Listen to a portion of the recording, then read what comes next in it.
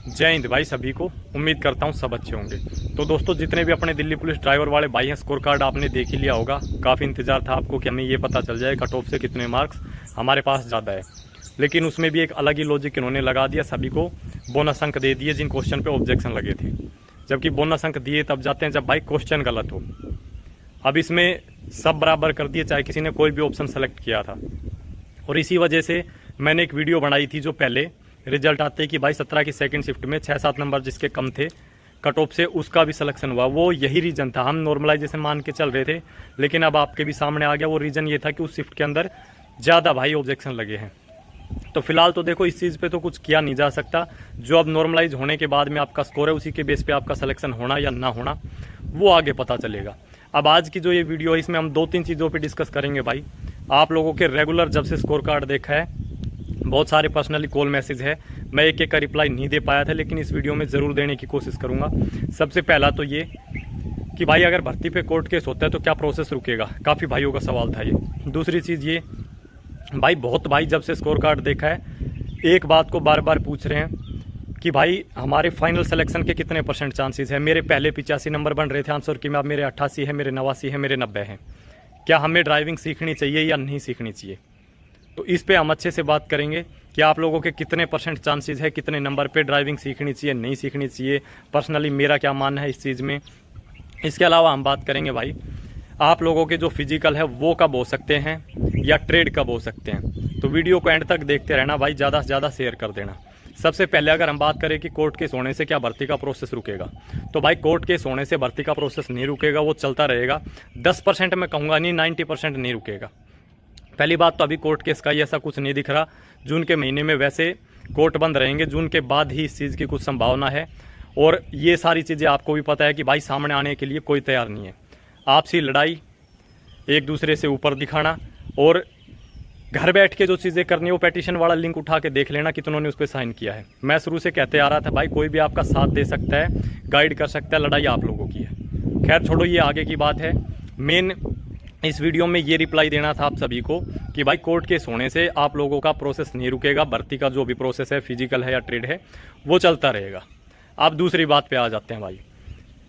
जिन भाइयों ने भाई पर्सनली मैसेज कॉल करके ये पूछा है कि भाई हमारे कितने % चांसेस है, इतने हमारे मार्क्स है, हमें ड्राइविंग सीखनी चाहिए या नहीं सीखनी चाहिए।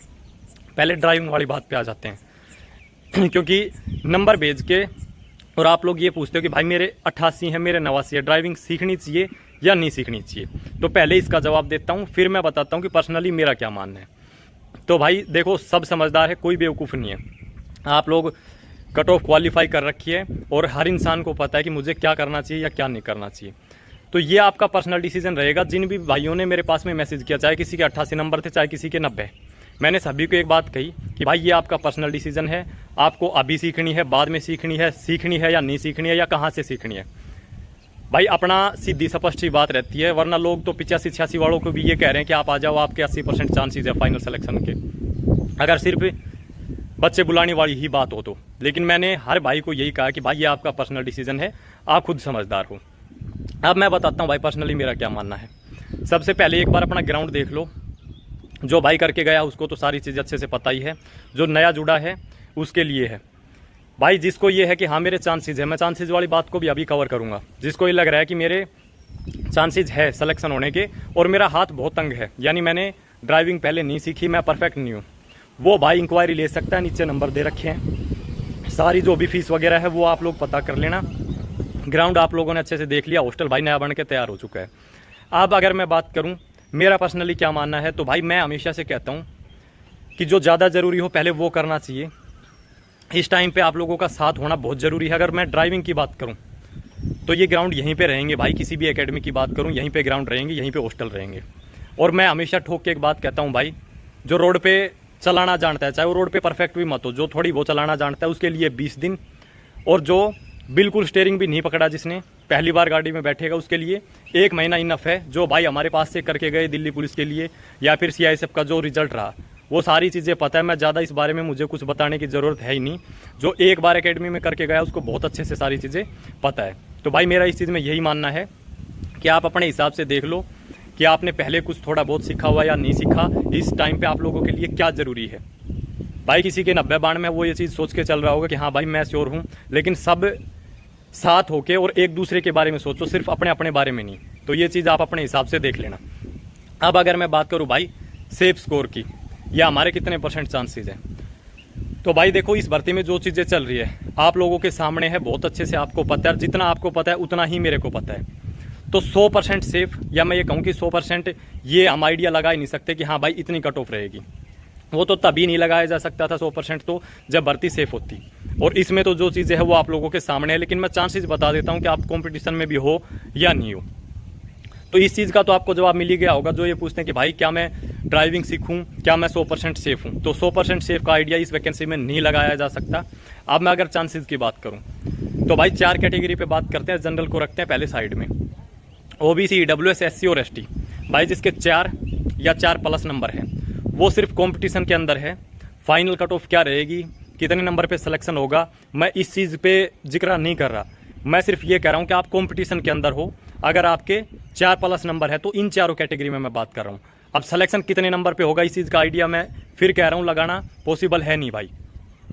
अब अगर मैं UR कैटेगरी की बात करूँ तो कम से कम भाई आप लोगों को 5.5-6 नंबर चाहिए, जब आप सिर्फ कॉम्पिटिशन में रहोगे। 6 नंबर अगर आपके हैं तो सिर्फ कॉम्पिटिशन में, कि हाँ भाई हमारे चांसेस हैं 70-80%। 100% चांसेस है नहीं इस चीज़ का, मैं फिर कह रहा हूँ नहीं आइडिया लगाया जा सकता। और वो बात अलग है कि हाँ भाई डिपार्टमेंट ये सोच ले कि यार कट ऑफ को रोकना है और एक अच्छा खासा ट्रेड ले ले, वो तो बात ही अलग हो गई। फिर तो क्या पता भाई जिसके 4 नंबर ऊपर है उसका जनरल से सिलेक्शन हो जाए। लेकिन उस चीज़ पे मैं बात नहीं कर रहा, मैं बात कर रहा हूँ कि पिछली बार के जैसे ट्रेड होता है यानी ईजी, चाहे उसमें थोड़ा बदलाव कर दे वो अलग बात है, लेकिन अगर ईजी ट्रेड रहता है तो। अब अगर हम ये बात करें कि भाई कब तक आप लोगों के फिजिकल और ट्रेड हो सकते हैं, भाई आप लोगों के जो फिजिकल है वो जून एंड में होने की संभावना है कि जून एंड में हो जाएंगे। और अगर मैं ट्रेड की बात करूँ लगभग 20 दिन या महीने भर का समय आप लोगों को मिलेगा ट्रेड टेस्ट के लिए। तो अब आपको डिसाइड करना है कि भाई किस तरीके से आप लोगों को आगे चलना है। तो भाई इस वीडियो में इतना ही, और एंड में फिर कह के जा रहा हूँ सभी भाई साथ रहो, आपस में लड़ना बंद करके, और सभी एक दूसरे के लिए लड़ो, ना कि सिर्फ अपने अपने लिए। कमेंटबाजी बंद करके और एक साथ होकर जो करने की चीज़ें हैं उन पर ज़्यादा फोकस करो। तो इस वीडियो में भाई इतना ही, धन्यवाद।